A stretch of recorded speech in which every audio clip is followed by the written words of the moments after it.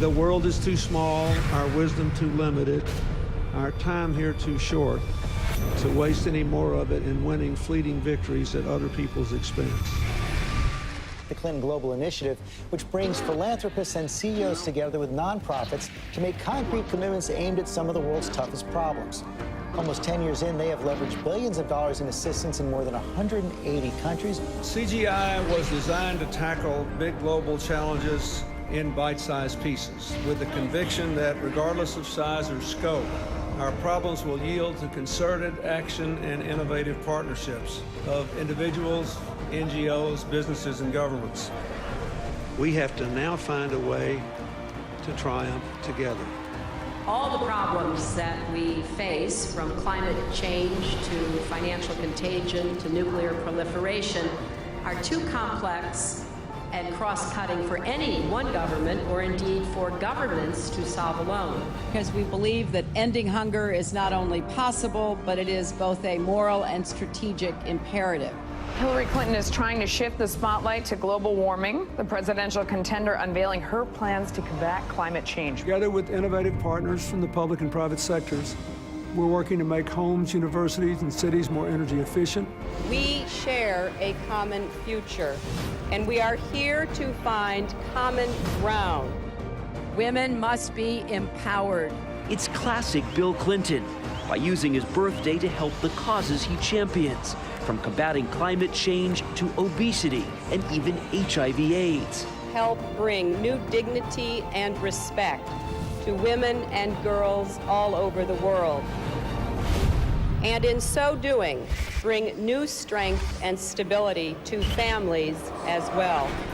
We are trying to do something no one has ever done before. A new report today claims that the Clinton Foundation gives about 10% of its money that it raises to actual charities and the services that they offer. It has been reported you've made $5 million making speeches. The president's made more than $100 million. Well, if you have no reason to remember, but we came out of the White House not only dead broke, but in debt. 6 years ago, Hillary Clinton was about to become Secretary of State. Barack Obama had nominated her. Everyone knew she was going to be confirmed by the Senate, going to be confirmed easily. But there was a thought, there was a question, there was a doubt out there about a potential conflict of interest. The Clinton Foundation dropping its self-imposed ban on collecting funds from foreign governments and entities. And now the Washington Post reports total contributions to that foundation amount to $2 billion. There's a lot of money sloshing around. Everything is blurred, and it's not good. The questions scream out at me. What in the world happened with the foundation and these ulterior motives and this money and the email server? I'm sorry. Those scream out at me. The amount of schmoozing involved and crossing lines and one person putting money in a foundation and then Clinton getting unbelievable amounts for his speeches, contracts going one way or another, it's not good. I look forward to working with all of you, particularly the appropriators. We have a lot of work to do, and it is such important work that lies ahead.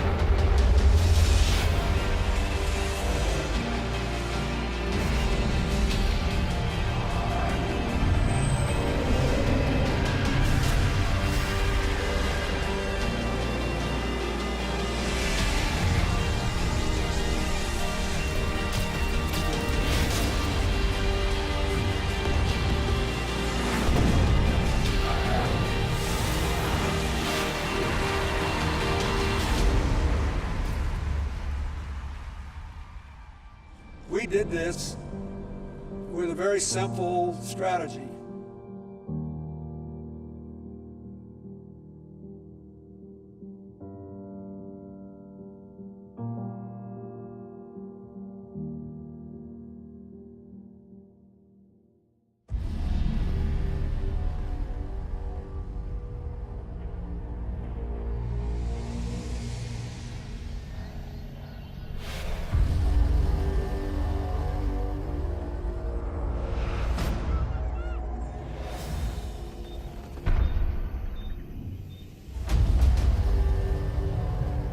Africa is a continent that has been a chamber of horrors for decades.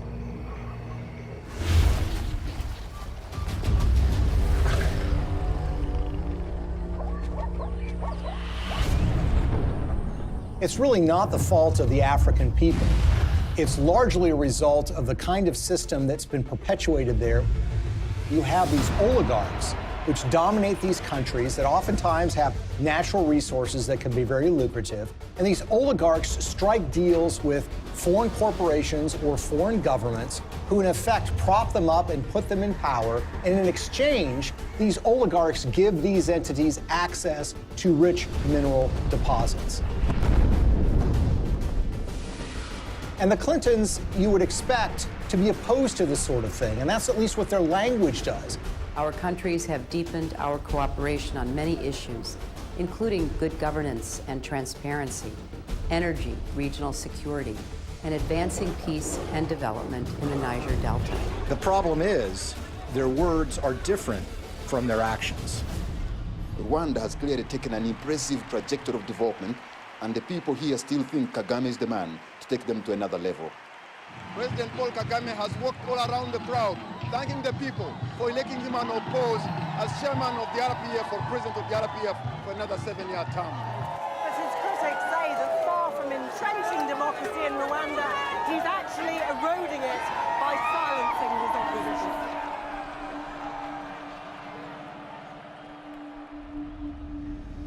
Paul Kagame has been praised by Bill Clinton and the Clinton Foundation. But the fact of the matter is Paul Kagame has a terrible human rights record. He's accused of aiding military operations in the neighboring Democratic Republic of Congo, and that actually forced the recruitment of child soldiers. The UN has identified him as being involved in activities that entailed massive human rights violations. The newer opposition parties that have been formed in the last year or two have one by one been silenced or otherwise excluded from the race.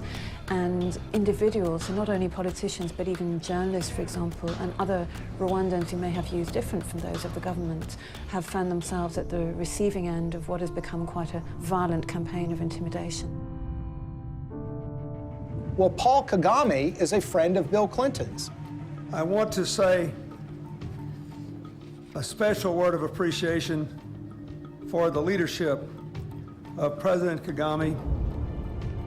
I'm greatly humbled to receive this Clinton Global Citizen Award. He's actually given awards by Bill Clinton for his conduct as the leader of that country, and they regale him as a great military leader. This is the sort of legitimization that we don't want of these kinds of dictators and leaders. That's the kind of legitimization that the Clintons have engaged in. And they've done it in a way that creates commercial opportunities for donors and friends and allies who want to do business in Africa.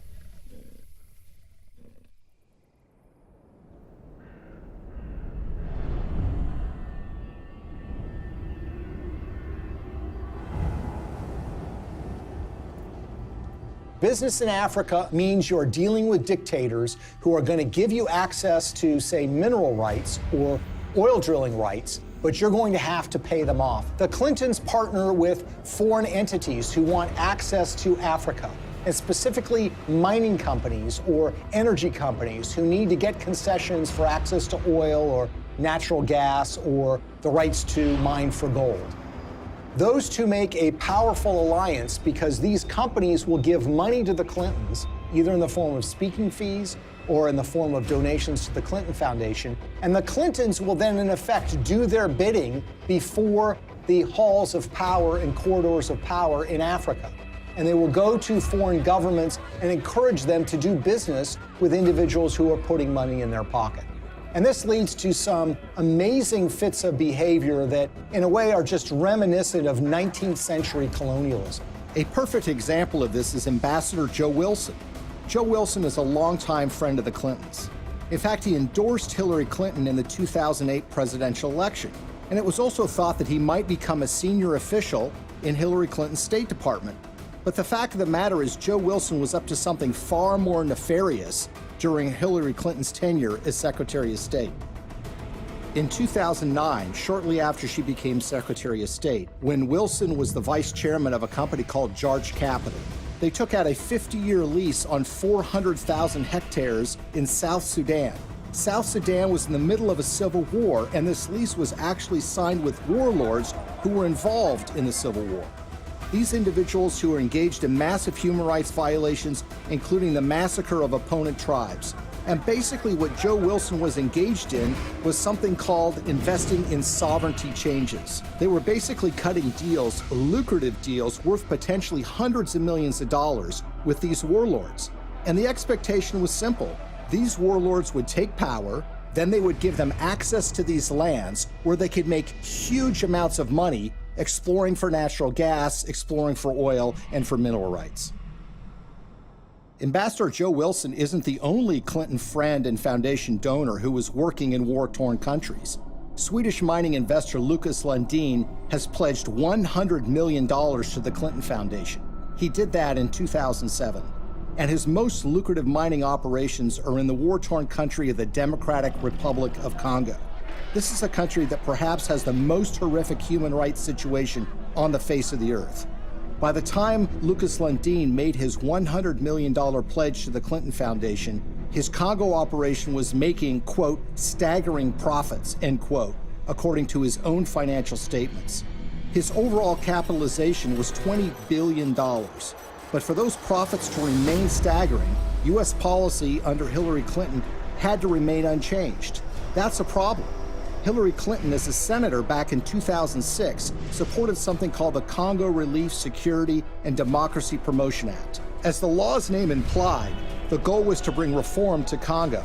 That's not something that Lucas Lundin would want. So in 2009, when Hillary became Secretary of State, she reversed course 180 degrees and went from supporting reform in Congo to supporting the status quo, which is exactly what Lucas Lundin would want, who of course had committed $100 million to the Clinton Foundation. But Congo isn't the only scandal-plagued country where Clinton benefactors have made millions. Africa's most populous nation, Nigeria, is full of promise, but fulfilling that promise is sometimes a struggle. Plagued by corruption and mismanagement, the resource-rich country has a poverty rate of over 50%. Look at a country like Nigeria, which is really a cesspool of corruption. In fact, people will say it is perhaps the most corrupt country in the world. It's rich in natural resources, it produces a lot of oil, but that money never trickles down to the people. It goes to the oligarchs who run the country, who oftentimes take that money and put it in Swiss bank accounts in a way that, of course, the people of Nigeria can never benefit from.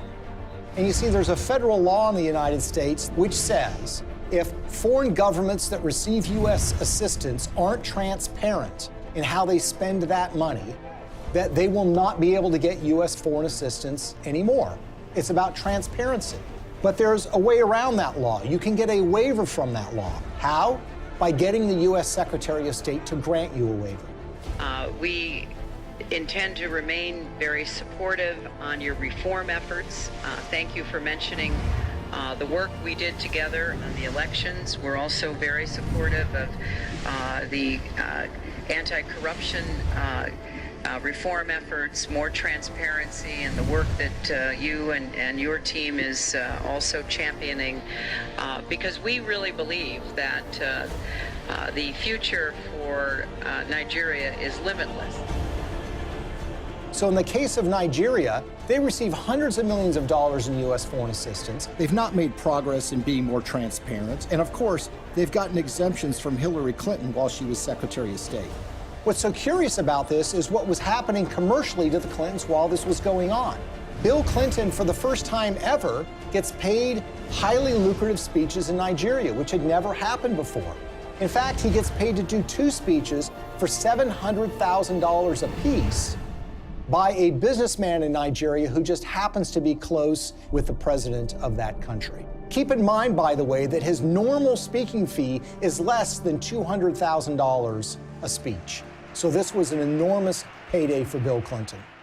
Okay, now we'll begin the panel.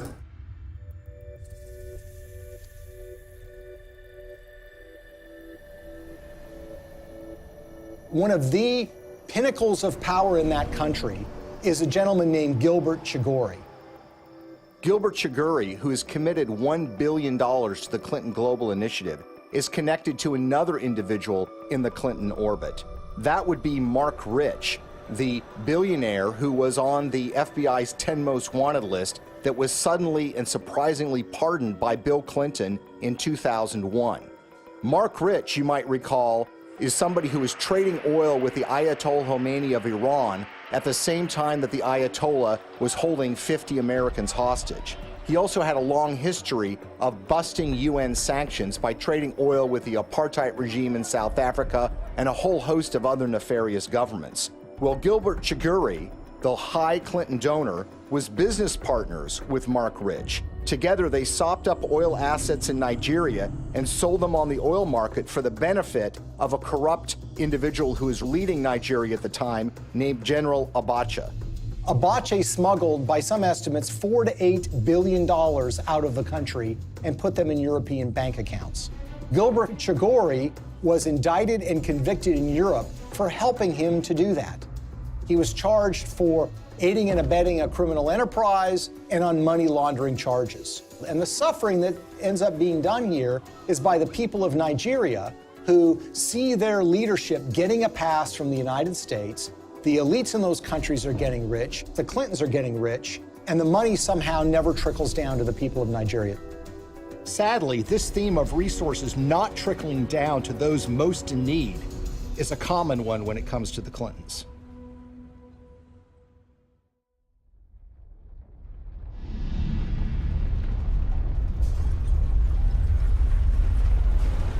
As we told you at the start of tonight's program, a major magnitude earthquake has hit the island of Haiti in the Caribbean. The quake measured around 7 points on the Richter scale, and its epicenter fell just 10 miles from the capital, Port-au-Prince. Haiti's ambassador to the U.S. has described the event as a catastrophe of major proportions. So far, we have no information regarding the casualties. The war is coming to an end! It was a big earthquake. It lasts like 15 seconds, I think. Probably the most devastating humanitarian crisis that Hillary Clinton faced during her tenure at the State Department was the tragic earthquake in Haiti. It happened in January of 2010, and literally in a matter of seconds, 250,000 people were estimated to have died, and a large portion of the Haitian infrastructure and economy was just decimated. It was a crisis on a massive scale. The United States is offering our full assistance to Haiti and to others in the region. We will be providing both civilian and military disaster relief and humanitarian assistance, and our prayers are with the people who have suffered, their families, and their loved ones. In the days and weeks that followed the earthquake in January of 2010, Hillary Clinton made visits to Haiti. And here's the latest on Haiti. U.S. Secretary of State Hillary Clinton arrived in Port-au-Prince just about an hour ago. She is the highest-ranking U.S. official in Haiti right now since Tuesday's earthquake. She's meeting with Haitian leaders and international officials to discuss the rescue and relief efforts. In fact, on her first visit, which occurred days after the earthquake, they literally had to stop traffic going in to the airport at Port-au-Prince. There, of course, were relief supplies that were being flown in, but that traffic was stopped so the Secretary of State could come and assess the damage. There is a perception, there have been complaints or reports of bottlenecks, that there's a lot of aid coming in, but it's very hard to get it out to the people who need it. That's just not true. The aid is coming in, we're getting it out, there's just not enough of it yet. She flew in with her political aides on a large federal airplane. She landed at the airport. She made a large press conference, made statements about her commitment to rebuilding this country, and then she was soon whisked away, headed back to Washington, D.C. Theirs is a city in ruins, a country which can do little but wait for help to arrive. The international community responded in the way that you would expect it to. That is, large amounts of money were committed, up to $13 billion from international relief organizations. And of course, you had the official role of the State Department, which would be point on U.S. taxpayer dollars going to Haiti for the purposes of relief. I want to assure the people of Haiti that the United States is a friend, a partner, and a supporter. Hillary Clinton's State Department would oversee the reconstruction effort, with Chief of Staff Cheryl Mills responsible for the allocation of U.S. tax dollars through USAID. And Bill Clinton, already appointed Special Envoy to Haiti for the United Nations, was named co-chair of the Interim Haiti Recovery Commission, along with a former Haitian Prime Minister. I hope that it will be rebuilt in a much stronger and more sustainable way, and I think the Haitians want that. So this was clearly a Clinton operation from the beginning. Now, the Haitians had their own ideas about how best to rebuild their country. They wanted new roads. They wanted buildings rebuilt. And that's what you would expect. This is how you recover from an earthquake. The problem is that the Clintons had their own agenda, the interests of major donors who had a vested interest in spending that money in Haiti in ways that would benefit them. And so you immediately had this clash between the Haitians and the Clintons. And Haitians complained almost immediately that they were shut out of the decision-making process, that it was really Bill Clinton and a few of his friends that were calling the shots on the IHRC. And they made some monumentally bad decisions that not only didn't benefit the Haitian people, but ended up putting money in the pockets of major Clinton donors who had economic stakes in Haiti. We have been united behind a single goal: making investments in this country's people and your infrastructure. So it's a classic example of what some people call disaster capitalism. Disaster capitalism in that a natural disaster creates opportunities for rebuilding to take place, but also for self-enrichment to take place. And if you look at the Clintons and the promises that were made and the results that actually followed, it is a tragic story of crony capitalism gone awry.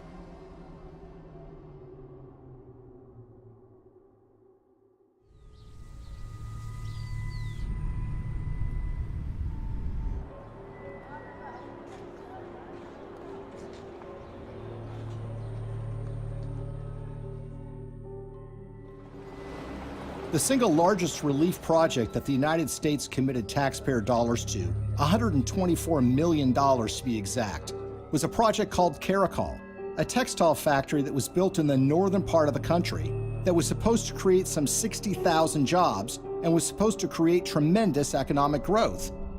There's a problem here already. You see, the earthquake affected the southern part of Haiti. The northern part of the country was entirely unaffected. But who were the beneficiaries of this? Companies like Gap, Target, and Walmart, to name a few.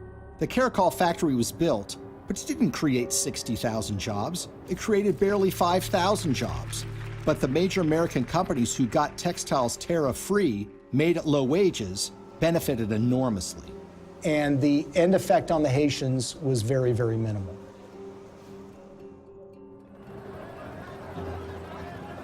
If you look at some of the infrastructure projects that were undertaken, the Clintons had very grand plans to build large tracts of homes, and there were contractors that were selected for those projects. Sometimes the contractors had experience, sometimes they did not. There's one company in Florida that spent $1 million getting equipment into Haiti. They had experience in disaster relief, but according to the owners of that company, they only made a small donation to the Clinton Foundation. And guess what? They didn't get any relief contracts. On the other hand, the contractors who did win the awards were given the opportunity to build homes, and in some instances were supposed to build tens of thousands of homes for Haitians. They ended up building a fraction of that. For instance, the New Settlements program was supposed to build 15,000 homes for $53 million. Instead, it built 2,600 homes, less than a quarter of the original estimate, for $90 million, or $47 million over budget. And they got away with it. So you had contracts going to these relief organizations that were also involved with the Clinton Global Initiative. And you had this one organization, Dahlberg, that was supposed to do an assessment for relocating people that suffered from the earthquake. They determined that people should be moved to a site that happened to be on a cliff that was highly unstable. USAID's Inspector General reviewed Dahlberg's recommendations and found them basically unusable. One member of the USAID shelter team was quoted by Rolling Stone magazine as saying that the recommendations were so bad, it looked like the team never even got out of their SUVs. Another person said that only one of the people that was sent to Haiti by Dahlberg actually spoke French.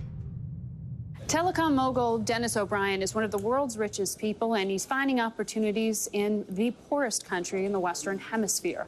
The Irish billionaire is the largest private investor in Haiti through his company Digicel, and he's now leading the Clinton Global Initiative efforts down in Haiti. Probably no one came out better in the Haitian reconstruction effort than an Irish billionaire named Dennis O'Brien. He was a Clinton Foundation donor, giving them between $5 and $10 million. He helped arrange speeches for Bill Clinton, too. The interest of the Obama administration, particularly the former Secretary of State Hillary Clinton, you know, all the different things that have happened to help Haiti get up off the floor have been led by the U.S. And he was the owner of something called Digicel, which is a cell phone company at the time of the earthquake.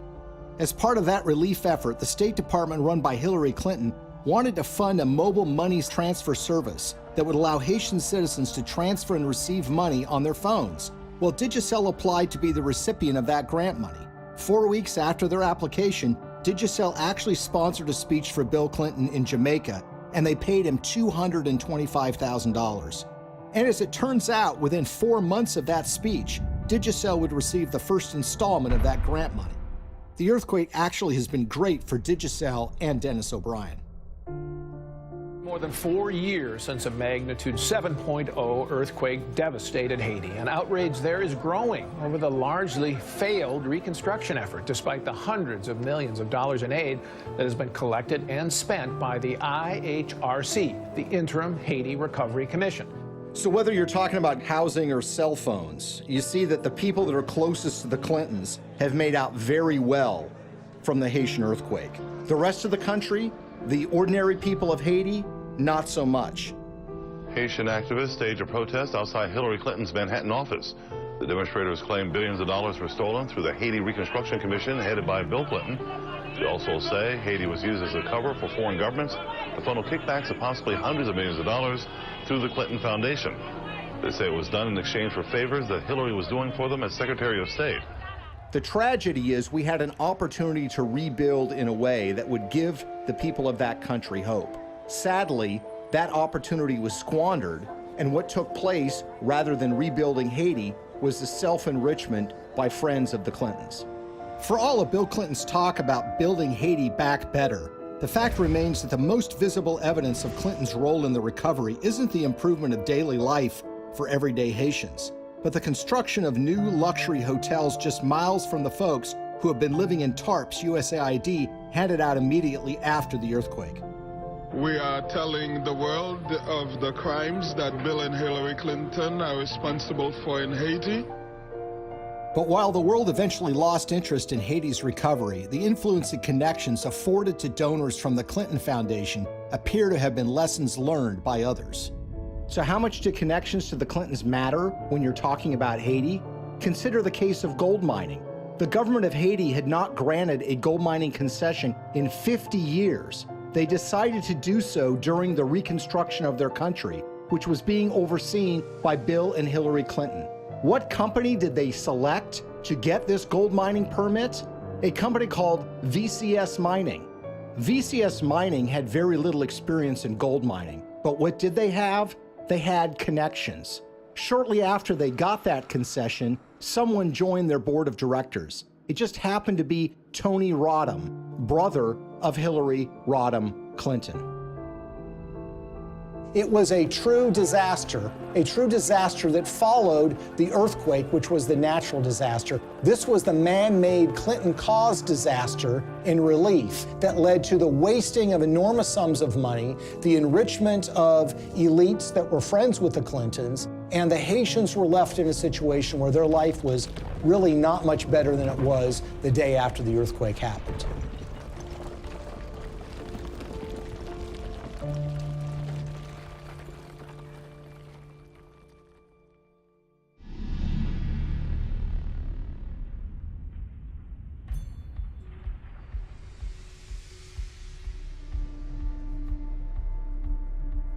an ambitious pipeline is firing off a war of opinions.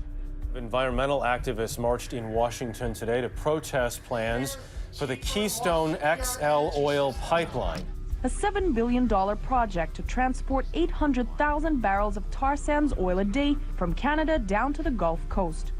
In Washington, a showdown on the Senate floor today over the Keystone XL pipeline. The vote to approve the controversial project has big political implications. The pipeline would create 20,000 jobs, but opponents say the environmental risk is too great.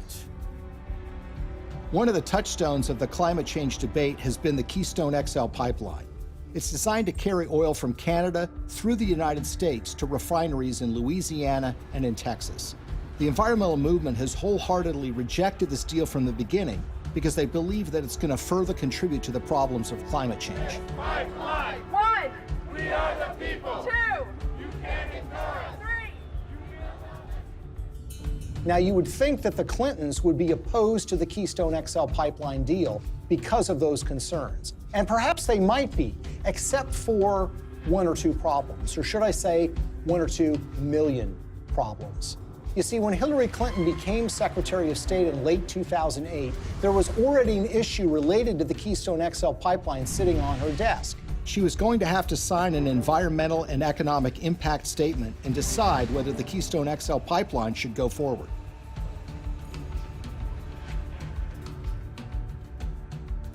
At that precise time, Bill Clinton gets a lucrative offer of nearly $2 million to give 10 speeches in Canada for the first time ever from a company called TD Bank Investment Group. He gave the last speech in May of 2011. 3 months later, Hillary's State Department releases an environmental impact statement that was seen as largely supportive of the Keystone XL pipeline in a way that was massively controversial. Hillary Clinton, in effect, was betraying the environmental movement by greenlighting this deal, when she had in her hands the power to kill this deal in its crib. It was shocking. Organizations like Greenpeace and Friends of the Earth were stunned.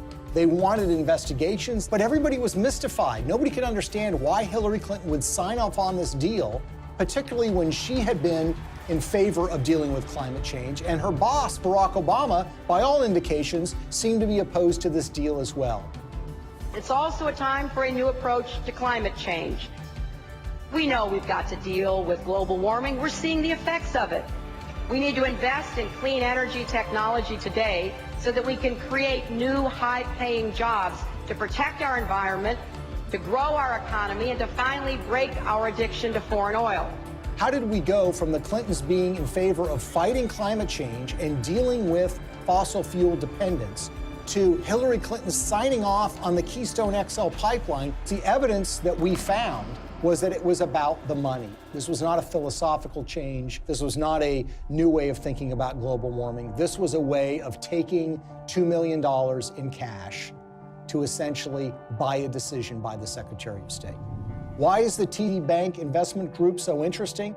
Because they just happen to be one of the largest shareholders in the Keystone XL pipeline itself. When we looked at Bill Clinton's pattern of giving speeches, we looked at who was paying him, when they were paying him, and if they have ever paid for a speech before. What's so stunning is that TD Bank had never sponsored a speech by Bill Clinton before. And then suddenly, in late 2008, when Hillary Clinton has been announced to be the Secretary of State, and when sitting on her desk is the matter of the Keystone XL pipeline, they suddenly decide to sponsor these speeches. And when people realized that the Clintons had pocketed about $2 million at the precise time Hillary Clinton was making this decision, it all now suddenly made sense. Because as we've seen repeated over and over and over again, when it comes to the Clintons, you have to follow the money. And in the case of the Keystone XL pipeline, they seem to have abandoned their principles, their commitment, as it was, to combating global warming and dealing with our dependence on fossil fuels. They jettisoned that when $2 million showed up and suddenly came out in favor of the Keystone XL pipeline. When you see this sort of pattern of behavior, you can't come to any other conclusion that it's a system of pay to play. And again, other entities appear to have picked up on this business model too. Well, Bill Clinton has been paid enormous sums of money over the years to give speeches. On average, he gets a little less than $200,000 per speech. But something happened in late 2008. his speaking fees skyrocketed after he'd been out of office for years. The reason was his wife had become Secretary of State. In fact, 11 of the 13 speeches for which Bill Clinton has been paid $500,000 or more occurred precisely when Hillary was the most powerful diplomat in the world.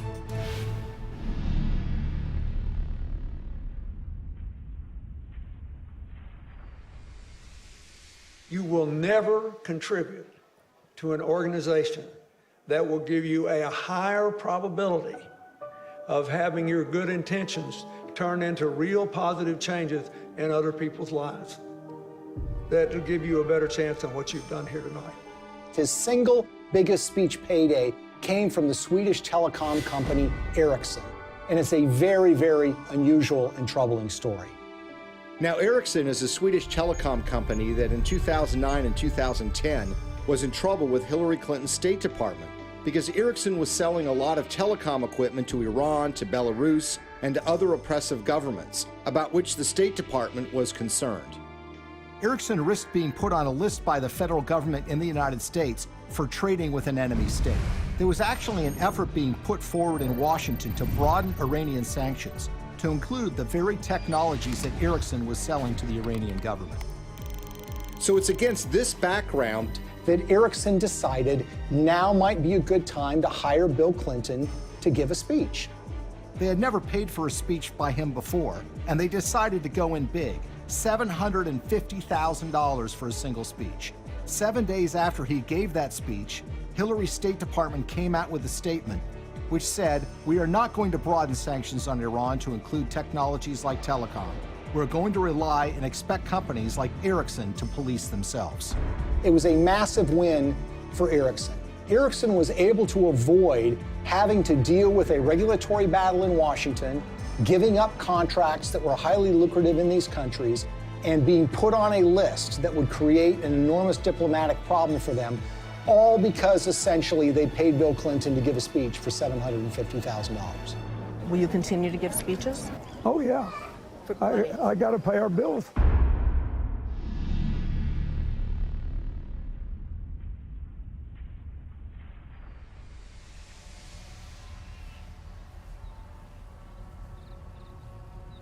So the question is, why do we see the Clintons reversing decades of policy positions that they've held so closely on issues like human rights and environment? And a big clue comes from the folks that are giving the Clinton Foundation literally tens of millions of dollars. And one, if not the biggest donor to the foundation, is a Canadian named Frank Giustra. Giustra is in the mining business, hardly something you'd call environmentally friendly. And he has interests all over the world. And he used his relationship with the Clintons to benefit those interests, regardless of the environmental concerns. A great example of this is what happened in Colombia. What's so interesting about the relationship that the Clintons have with Frank Giustra is they tend to show up in these foreign countries together at the same time. Frank Giustra's made billions of dollars over the years in the so-called penny stock market in Canada, which is highly open to manipulation. He's been very successful in this area. Now, the Vancouver Stock Exchange is not like the New York Stock Exchange in the United States. This is the stock market or an exchange that is dominated by penny stocks, made up of a lot of natural resources stocks. It's sort of the wild, wild west of investing. It's called Dodge City sometimes. And the reason is because there's a lot of speculators, there's a lot of misinformation that's put around, and there are a lot of mining companies that don't really have any assets, but will proclaim to have gotten the rights to some lucrative gold mine, let's say, and then they send that news out to the public in the hope that it will lead to a flood of people buying the penny stock so the shareholders can sell their assets.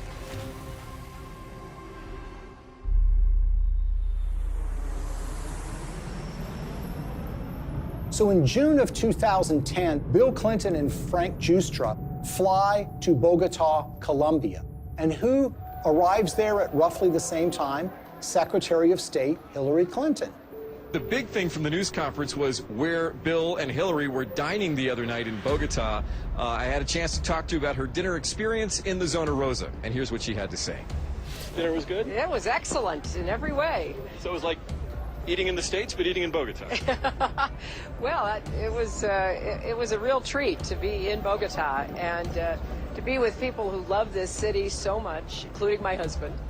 Now, in her memoirs, Hillary Clinton says that this is just a happy coincidence.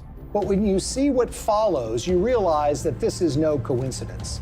The following morning, Bill Clinton has a breakfast meeting with the outgoing president of Colombia, President Uribe. Then, like a tag team, Secretary of State Hillary Clinton has a noon lunch meeting with him, and she grants him several favors, including technical agreements that the Colombian government wants. In the days that follow, something dramatic happens. Frank Giustra has 3 companies that get major concessions from the Colombian government: Pacific Rubiales, Petroamerica, and Prima Colombia Properties. One of those, Prima Colombia Properties, gets a concession to cut timber in a rainforest in Colombia along the Pacific coast. And that timber is not intended to export to the United States, but is intended for export to China. There's an outrage and upset environmentalists who realize what's going on, and eventually that permit is yanked by a future president of Colombia, but not before Frank Giustra's company is able to profit from cutting down these rainforests, which again is a behavior that runs so contrary to what the Clintons profess to be in favor of. We all know that in order to build low-carbon economies of the future, we need sustainable forests. I also know the future of our planet depends on healthy, standing forests. They've talked about the problems of deforestation. They've talked about the problems of the need for successful growing forests to mitigate carbon dioxide in the air. And yet, when this commercial opportunity was presented to a major donor of theirs, they seemed to be very much supportive of that and, in fact, helped to get him those concessions.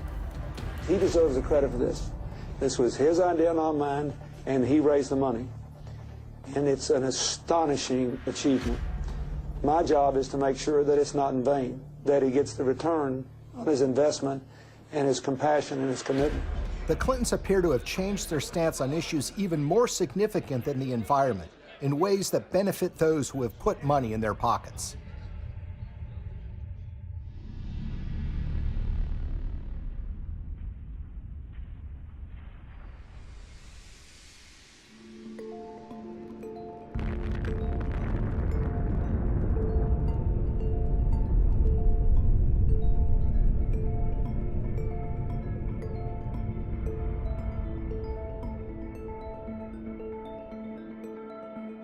I represent a president and a country committed to a vision of a world without nuclear weapons and to taking the concrete steps necessary that will help us get there. The Indian nuclear deal, I think, is so troubling because this is a core national security issue. One of the signature achievements in foreign policy for Bill Clinton was pushing the Test Ban Treaty and the Non-Proliferation Treaty. Today in New York, the United Nations General Assembly voted overwhelmingly to adopt the Comprehensive Nuclear Test Ban Treaty and open it for signature later this month. The NPT has been sort of the holy grail when it comes to nuclear disarmament, something that the Clintons have been supportive of, not just for years, but for decades. That was all thrown asunder in 1998 when the Indian government tested nuclear weapons underground. India's action threatens the stability of Asia and challenges the firm international consensus to stop all nuclear testing. These were tests that truly shocked the world. Even the CIA was not aware that these tests were about to take place. Clinton's reaction was volcanic. He felt betrayed by the Indian government, and as a result, he imposed sanctions on India, essentially saying, you're not going to get access to U.S. nuclear technology until you sign the NPT, the Non-Proliferation Treaty. In 2005, the Indian government wanted to get these sanctions lifted. Not only do they have an interest in expanding their civilian nuclear base, they live in a neighborhood where some pretty tough customers and rivals have nuclear weapons themselves. First of all, you've got Pakistan, which is right next door, which is widely believed to have nuclear weapons. And then you have China, a longtime rival of India, which has a nuclear arsenal. The Clintons said that they were in favor of giving the Indian government some access, but the problem is it didn't go nearly as far as the Indian government wanted. So in 2005, they started making donations to the Clinton Foundation. This morning, yet another shady donation to the Clinton Foundation has surfaced, this time tied to a donor from India, apparently a friend of Bill Clinton. We're talking about tens of millions of dollars from Indian interests flowing into the Clinton Foundation. And we're talking about at least hundreds of thousands, if not millions of dollars in speeches that Bill Clinton was paid by interested parties in the Indian nuclear deal. Amar Singh, according to Clinton disclosures, has given between $1 and $5 million to the Clinton Foundation in the push to get them to support Indian access to nuclear technology. He's a member of parliament who has gotten in fistfights on the floor of the parliament, who's been charged with bribing members of parliament to get certain pieces of legislation passed. You see, the problem is when you ask Amar Singh, he says it wasn't my money. I don't have that kind of money. I couldn't have given him that amount of money. And in fact, when you look at Indian public records, you see that Amar Singh doesn't have a net worth anything close to being able to give that amount of money. So where did the money come from? Well, sometimes the most obvious answer is the correct one. Sant Chhatwal is an Indian businessman who has been close to the Clintons for years. He pledged to raise $5 million for her 2008 presidential campaign. And Bill Clinton was at his son's wedding. They actually named him as a trustee of the Clinton Foundation. When Hillary Clinton was first running for the Senate in 2000, Sant Chhatwal was in trouble with a federal agency called the Federal Deposit Insurance Corporation. He basically owed them millions of dollars from unpaid loans. Well, in 2000, Chhatwal throws a fundraiser for Hillary Clinton, and he brings in $500,000. A few months later, with Bill Clinton still president of the United States, Sant Chhatwal's case with the FDIC was abruptly settled for a mere $125,000. So basically, the federal government got pennies on the dollar. He would actually go on to plead guilty for funneling $180,000 in illegal campaign contributions to Hillary Clinton, among others. And no one seems to have made the connection. Well, maybe one reason no one made the connection is because the Clinton Foundation mysteriously erased any mention of Sant Chhatwal from the website once he had admitted to his illegal activity. So here we are years later, and we've got this donation in a guy's name who swears he didn't actually make the donation. And you've got this longtime Clinton benefactor who actually gets the highest civilian award in India because of his role in changing Hillary Clinton's mind on this nuke deal. Sant Singh Chhatwal says he's worked with everybody and even laid the foundation of the Indo-US nuclear deal. So the Indian government says that they've given you this award for your role in pushing the Indo-US nuclear deal forward. How exactly would you describe the role you played in this? Well, I can tell you Indian nuclear power deal. If you look at it, I'm the first one. I laid the foundation. On the eve of the vote in 2008 to approve Indian access to U.S. civilian nuclear technology, Amar Singh, who barely knows Hillary Clinton, had a 2-hour meeting with her where they discussed the Indian nuclear deal. Amar Singh says that the dinner meeting resulted in her telling him that she was supportive of the deal and that she was making efforts to make sure that the deal did get through. And lo and behold, by 2008, Hillary Clinton was fully in support and in favor of this policy in a way that was a complete reversal of the position that she had taken before. In other words, the flow of money had led the Clintons to change their positions on the Non-Proliferation Treaty, and specifically, India getting access to U.S. nuclear technology. This was a decision that was wholly out of step, wholly inconsistent with a progressive liberal agenda. Hillary Clinton made a decision of reversing her previous position after the flow of funds to the Clinton Foundation, and her husband gave some speeches in India. But this wouldn't be the last time Hillary reversed herself regarding nuclear weapons technology. Shockingly, Bill and Hillary would end up receiving money from folks that were looking to make something happen a lot closer to home.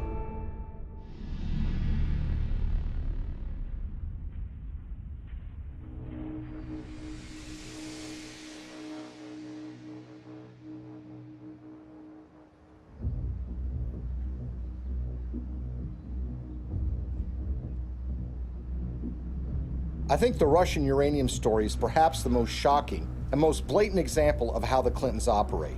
This is a story about the Russian State Nuclear Agency, American uranium, $145 million in cash, and the Clintons. At the end of the day, this is a story about buying influence and selling influence. The Clintons are the sellers of influence, the Canadian investors and the Russians are the buyers. Bill Clinton had gone to the Central Asian country of Kazakhstan in 2005 with Frank Giustra. Kazakhstan is a country that's been run since the collapse of the Soviet Union by a dictator named Nazarbayev, who shuts down political opposition and tortures political opponents. The ostensible purpose of the visit to Kazakhstan by Bill Clinton was to talk with Nazarbayev about AIDS, HIV. The problem is Kazakhstan really does not have an AIDS, HIV problem. So that explanation really doesn't make sense. What makes far more sense is that Frank Giustra wanted access to very lucrative Kazakh uranium mines. Kazakhstan is one of the largest producers of uranium in the world. Bill Clinton arrives there with Frank Giustra, and they have a series of meetings with Kazakh officials. There's a press conference where Bill Clinton stands with the dictator of Kazakhstan and he praises the human rights record. He praises that elections are being held in the country, and he even says that Kazakhstan should head up something called the OSCE, which is the Organization for Security and Cooperation in Europe. Think about that for a second. Bill Clinton is saying that a known human rights violator who's been condemned by human rights organizations around the world should head up a human rights organization. They go from a press conference to a dinner where Frank Giustra, Nazarbayev, the dictator of Kazakhstan, and Bill Clinton meet and talk. Well, 2 days after that meeting, Frank Giustra finally gets his uranium concessions. Worth hundreds of millions of dollars. A couple of weeks after that, Bill Clinton gets his $30 million from Frank Giustra, the first payment in what will become more than $100 million in pledges and commitments and donations made by Frank Giustra. So it's really, in a way, a simple story in that they all are walking away from the table with something that they want. Nazarbayev is getting the legitimacy of an ex-president, saying what a nice and kind leader he is. Frank Giustra gets his uranium concession, and Bill Clinton and his foundation get cold, hard cash. Now let's move to chapter 2 of this story, which is even more sinister. You see, the international uranium market is very competitive. The Kremlin sees dominance and control of the uranium market as a source of national power.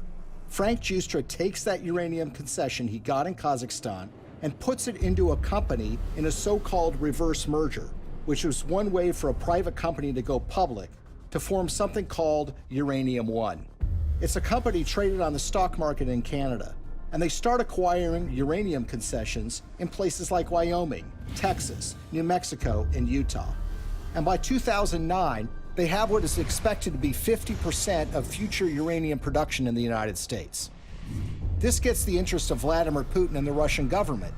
And in fact, there are State Department cables that were leaked through WikiLeaks, which show that Hillary was aware of the fact that the Russians took great care to try to dominate the international uranium market.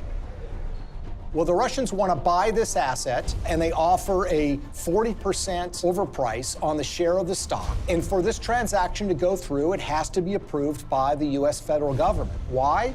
Because uranium is regarded as a critical industry in the United States. After all, this is used for our civilian nuclear reactors and goes into nuclear weapons. So it goes before the federal government where it needs to be signed off by a series of federal agencies, including the Secretary of State, Hillary Clinton. As Hillary Clinton is contemplating this, shareholders in Uranium One, including Frank Giustra, have sent more than $145 million to the Clinton Foundation.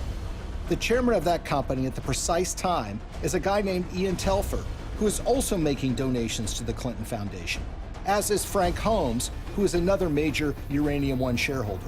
And Hillary Clinton, who has a record of opposing precisely these kinds of deals, comes out and says, you know what, I think this is a good deal. Let's let Vladimir Putin take control of what is now 20% of U.S. uranium production. Bill Clinton and Hillary Clinton are the only figures in American politics who are willing to do this deal and who could actually pull it off. because they had a reputation that runs so contrary to what they're doing. I mean, this is what the Clinton Foundation does, right? This is what they talk about politically, their support for human rights, their concerns about proliferation, their concerns about issues related to Russian aggression. There's no doubt that when Putin came back in and said he was going to be president, that did change the relationship. We have to stand up to his bullying. And what's so interesting when you consider this uranium deal are the actions of a small Canadian investment firm called Salida Capital. Salida Capital, in 2010, as this deal was going down, committed to give millions of dollars to the Clinton Foundation, and they also sponsored a speech by Bill Clinton in Canada. Salida Capital is also the name of a wholly owned subsidiary of Rosatom. Who is Rosatom? Well, this is the government agency in Russia that controls their nuclear arsenal, that built nuclear reactors in Iran, and engages in nuclear technology exchanges with rogue countries like North Korea. What this means, in essence, is that the Russian government, specifically Rosatom, was funneling money through a subsidiary directly to the Clinton Foundation. But the payday didn't end there. 4 months before Hillary Clinton's State Department would sign off on the Russian purchase of Uranium-1, Bill Clinton got paid $500,000 to give a single speech in Moscow. He was being paid by a firm called Renaissance Capital, which has a long history of association with Russian intelligence services. What makes this speech stand out is not only the timing of when he's being paid, but the amount that he's being paid. You see, the last time Bill Clinton gave a speech in Russia was 5 years earlier. At that time, he was paid about 1/3 of what he was being paid this time. Why is Russian control of 20% of U.S. uranium so troubling? If you're in an era where nuclear weapons are a reality, where nuclear energy is an important component of energy production in the United States, and increasingly around the world, control of uranium is absolutely crucial. And unlike oil or natural gas can be found in so many places around the world, there are precious few places where you can find significant and large amounts of uranium that you can produce on a commercial scale. What we've essentially done is handed this precious resource to Vladimir Putin and the Russian government. They're not only engaged in aggression in places like Ukraine, but they've been very aggressive in fighting American interests around the globe. Russia's not an ally. Russia's not a friend. Vladimir Putin's Russia is a rival of the United States, and yet we've given them control over this precious resource. Uranium, the key mineral in nuclear generation, is a domestic resource. This is what's going to power America. I think a lot of people in Middle America would be surprised to know that the Russian government is doing business in places like Colorado or Wyoming or Utah. These are small mining towns. These are operations that have existed for a while, that have been under the control of American companies or for a while Canadian companies. But it's now Russian companies that control this, and those companies are controlled by the Russian government. Having read through the archives of the KGB, the files that they have been released, I can tell you that they look at the United States as weak and ineffectual. This is a thuggish government that is engaged in massive human rights violations. There are opponents of this regime that have been killed or have disappeared. There's been persecution of human rights organizations. There's been persecution of homosexuals. And it's shocking and stunning to me that there has not been more attention focused to this fact, that we have given this critical resource to somebody who is engaged in so much nefarious behavior. Greetings from Washington. I want to thank all of you for your work to root out corruption that weakens economic development, feeds black markets and organized crime, and undermines the promise of democracy. As we work together to eradicate corruption in our own countries, we should also maintain the highest standards of transparency and accountability in our development efforts around the world. Corruption in emerging markets and fragile democracies undermines the confidence of citizens and investors alike, while responsible governance helps to foster sustainable economic development and political stability. I believe in the oldest adage in American politics, which is follow the money. Enormous amounts of money have flowed to the Clintons. from foreign governments, foreign financiers, and businesses. Some of that money lands in their pocket. Some of it lands in their foundation. It's a pattern we've seen repeated over and over and over again all around the world. It's not a coincidence. Money exchanges hands and favors are done. Now Clinton friends and supporters will say there's no smoking gun. But look at American political history. People are convicted all the time for a pattern of behavior where, for example, they're engaged in insider trading on the stock market. So, for example, you have a foreign corporation or a foreign government that wants something from the State Department while Hillary Clinton is Secretary of State. They will make a large payment to the Clinton Foundation. That will be followed by favorable action on their behalf. If that happens 1 or 2 times, you might say, look, it's just a coincidence. But when you see the pattern recreated over and over and over again, you have to recognize that these events are connected. They've created a model for massive self-enrichment that allows you to go into so-called public service, but get extremely rich at the same time. And when friends and allies say that the Clintons aren't really that interested in money, their actions show otherwise. What's so shocking to a lot of people is that making of that money requires them to betray their progressive values, the environment, labor unions, women's rights, human rights. The Clintons are doing business and growing rich with the favor of the very individuals who you would expect to be their political opposites. For a very long time in American history, and probably still to this day, one of the worst things that could be said about you as a politician is that you are on the take from foreign interests. What the Clintons have essentially done is busted down the door and robbed the bank of that concept. So when people think of the Clintons taking foreign money, they think it's maybe an insurance company from Great Britain, or they think it's from a supermarket chain in Canada. The fact of the matter is a lot of that money comes from the darkest, worst corners of the world. Are countries like Nigeria and Russia in the habit of giving money to politicians and not wanting something back? The Clintons are glad to take this money. It's made them fabulously wealthy. But what has it done for us? Before we had to worry about money from Wall Street and big labor, now we have to worry about it coming from around the world and infecting our politics and damaging our politics, everything from our uranium policy to our human rights policy. Nothing seems to be safe anymore. How is this not corruption? How is this not a crime? With the Clintons, nothing is sacred. Everything is for sale. But we are the ones who are paying the price. Maybe, just maybe, the American people are tired of being sold out.